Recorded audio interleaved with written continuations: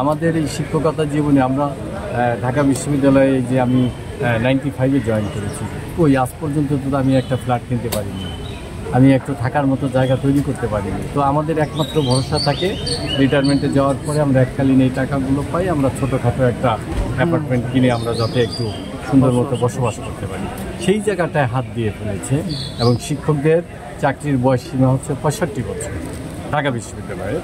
তো সেটি পার্লামেন্ট থেকে করা, এই স্কিমের আওতায় সেটিকে 60 বছর করা হয়েছে। কী কারণে, কেন?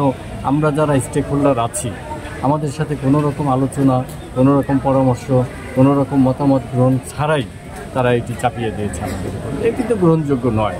এবং আমি জানি না মাননীয় প্রধানমন্ত্রীকে তারা কিভাবে এটি বলেছেন এবং তিনি কিভাবে এটি গ্রহণ করেছেন। আমার ধারণা তিনি পুরো বিষয়টা জানেন না, আর জানলে হয়তো তিনি তার এই বিশ্ববিদ্যালয়ের শিক্ষকরা এরকম একটা পরিণতির শিকার হবে এটা তিনি কখনোই হয়তো মানতেন না বা মানবেনও না। আশা রাখি যে মাননীয় প্রধানমন্ত্রী বিষয়টা দেখবেন সুদৃষ্টিতে।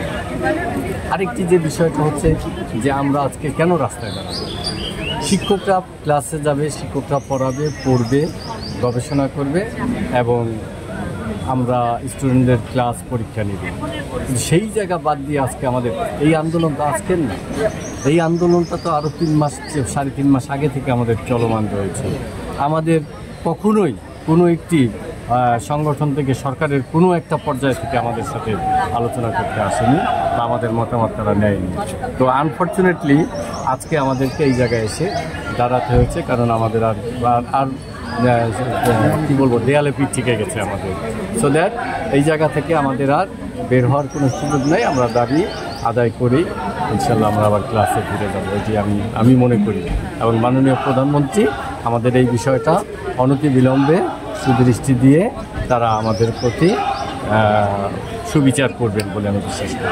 লাইব্রেরির ক্ষেত্রে গতকালকে শিক্ষার্থীরা অনেকেই জানতেন না, তারা কিন্তু লাইব্রেরিতে এসেছেন। না, এটি শিক্ষক সমিতি থেকে তারা যে চিঠিটা দিয়েছে, প্রজ্ঞাপন, তারা একটা চিঠি দিয়েছে, এই চিঠিটা সবার কাছেই পৌঁছেছে এবং এটি না জানার কথা না, পত্রিকায় আসছে, মিডিয়াতে আসছে, কিন্তু তারা জানতো না, তাহলে তো তারা সচেতন থাকতো না।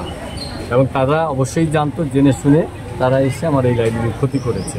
এবং যারা ক্ষতি করেছে আমি খুবই প্রশাসনের কাছে আমি দাবি করব যে তাদেরকে আইনের আওতায় এনে বিচারের ব্যবস্থা করা। কারণ আমার শিক্ষার্থী, আমি বিশ্বাস করি না যে ঢাকা বিশ্ববিদ্যালয়ের কোনো শিক্ষার্থী এরকম অপকর্ম করতে পারে।